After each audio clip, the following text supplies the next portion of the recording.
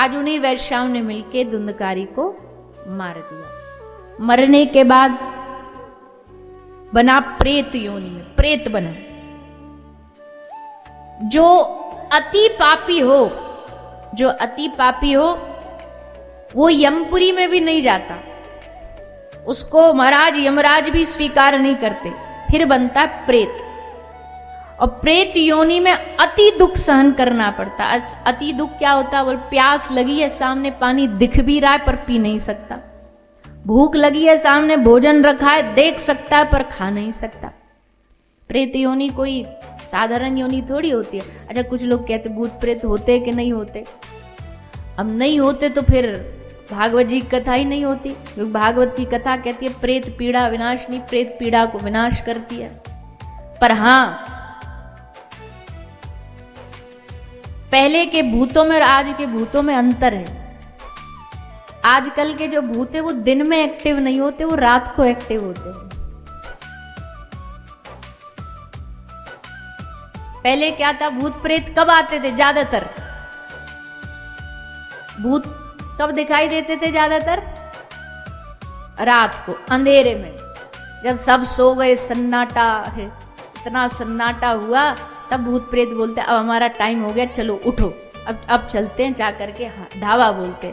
पर आजकल प्रेत सोचते जाए कहाँ, ये तो खुद ही पूरी रात जाग करके 4 बजे तो ये सोएंगे, तो बेचारे चढ़े तो किस पे चढ़े? तो चढ़ने का उनको चांस ही नहीं मिलता।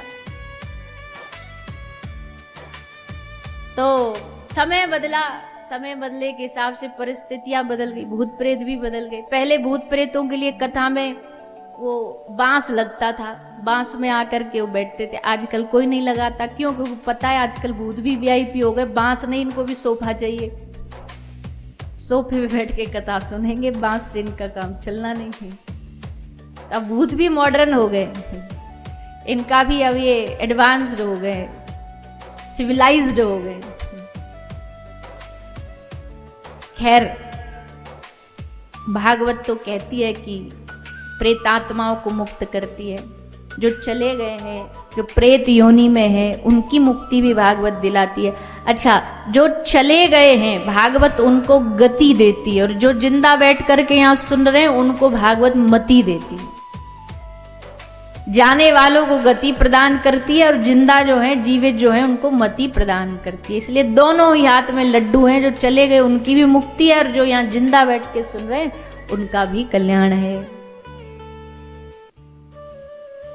तो प्रेत योनि से मुक्ति के लिए श्री गोकर्ण महाराज ने अपने गांव में भागवत कराई।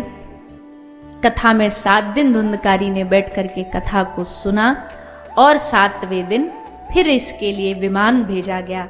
भगवान के दूत आए हैं, विष्णु दूत विमान लेकर के, इसको विमान में बिठा लिया गया। गोकर्ण महाराज कहते रुको, पहले हमारे प्रश्न का जवाब देते जाओ। बोले बोलिए महाराज।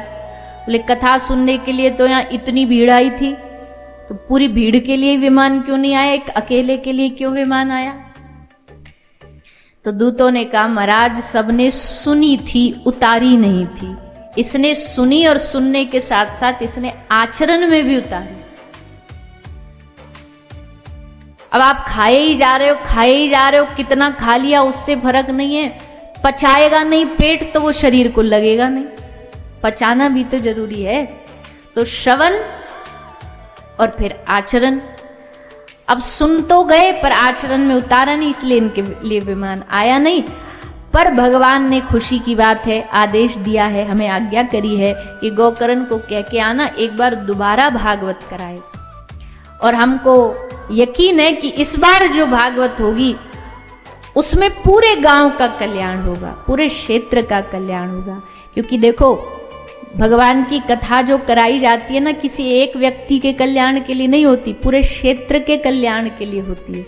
इसलिए सब क्षेत्रवासियों को भी न्योता दिया जाता है कि भाई आप सब कथा में पधारिए, आपके क्षेत्र में आपके लिए कथा हो रही है।